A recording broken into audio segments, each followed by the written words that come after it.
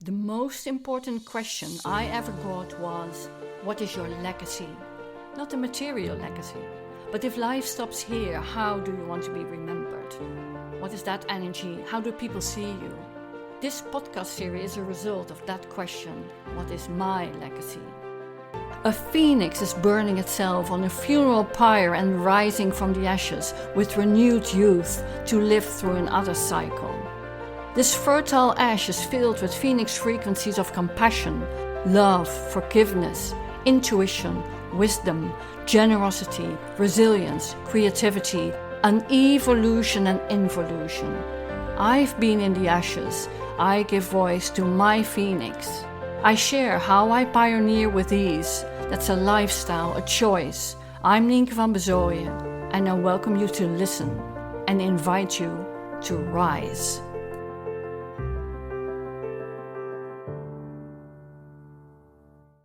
Welcome to the Phoenix Frequencies. It's January 2025, and I've been in the bubble beyond time and space over the last 2.5 weeks. I stepped in on December 17th, consciously, and I've been there several times. The veil got thin. I knew I just had to be again, stepping into the Phoenix frequencies of a transition doula. I got supported by the winter solstice energies. Short days, long nights, misty, damp, cold weather. The contrast of all Christmas lights in the streets. I knew the time would come, only not when and how. It were the weeks of the passing over of my mom, 85 years old. She chose to mortify, stop all eating and drinking. She didn't want to be euthanized. She wanted to lead the transition by herself. She suffered in great pain, physically, but mainly emotionally. The pain she couldn't live together with my father anymore, her sweetheart, her everything since she was 90 years old, was unbearable. He promised to look after her until she would die. In the ideal world, that would have been in the same house. She was already handicapped when they met. He never bothered. He knew, and he loved her as she was, not as a strategy, just he loved her. She had been scorned from a very young age. She went from surgery to recovery, over and over, since the age of 3. She was abandoned, named and shamed. She knew how to push herself through life until she found a safe haven. My father and his parents, Emma and Opa.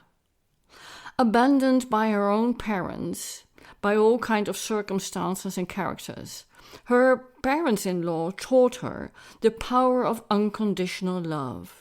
To love just because, not because of something. My parents married on the 16th of December 1963, an extreme, misty, cold day and a very cold winter anyhow.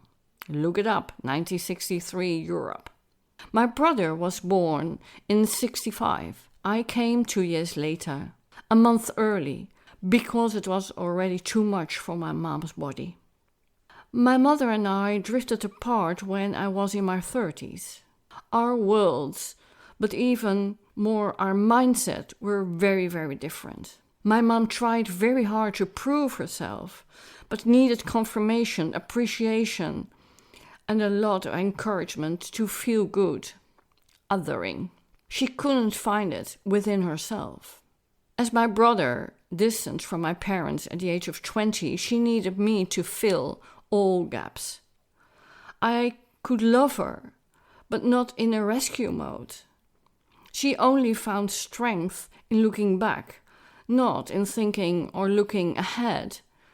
Preparing wasn't her thing, but the reality hit hard. I had all confrontational conversations with her, taking away hope for becoming reunited with my father again after she fell on August 11th. At the day of their 61st wedding anniversary, she was clear. No more New Year, no more 2025, no more moving, no more rehabs. It was time for transitioning. And it was beautiful, healing. We finally could speak without her proving mode. She said she was grateful I did all those heartbreaking conversation, honest and raw, with her, and I didn't hand it over to a stranger. I translated all her wishes and feelings to the doctors, nurses, and even the rest of the family. I prepared my father for her transition. The process took only 6 days. I supported her, but I also witnessed something very, very powerful. The power of unconditional love, the love without an agenda. In just a couple of days, my mom lost strength to speak. With my father beside her, she surrendered. Her irregular heartbeat and breathing soothed instantly as he kissed her forehead or her lips.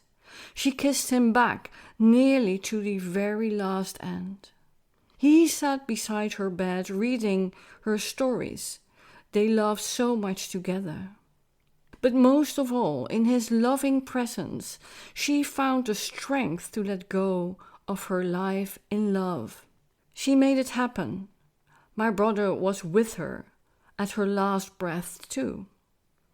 She waited for my return after a long night, and she, after all, reunited the family through her passing. Surrounded by my father, my brother, and I, she blew out her candle of life, peacefully, guiding with love, no agenda.